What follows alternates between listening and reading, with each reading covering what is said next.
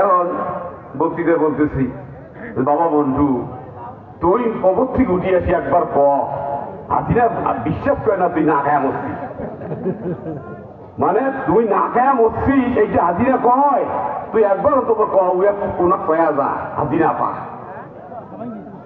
তাইলে আওয়ামী লীগের মতন নিয়েই জঙ্গি বাংলাদেশত নাই।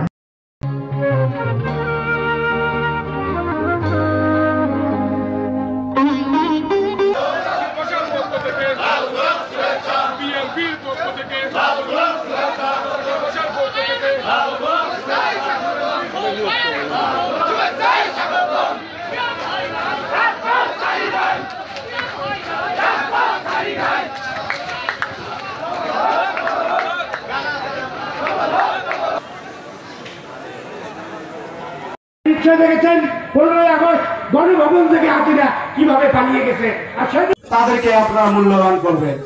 আমি ছোট মানুষ, হয়তো আমি বেশি কিছু বলে ফেলছি। আজকে 15-17 বছর থেকে কি হয়েছে, আওয়ামী লীগের দুঃশাসনে আমরা ওয়ার্ড পর্যায় থেকে ইউনিয়ন থেকে থানা পর্যায়ে নেতৃবৃন্দ নিষ্পেষিত এবং নিপীড়িত, তাদের অত্যাচারে আমরা কেউ ভালো ছিলাম না, ছিলাম। তাই আগামী দিনে আপনাদের নেতা আপনারাই তৈরি করবেন।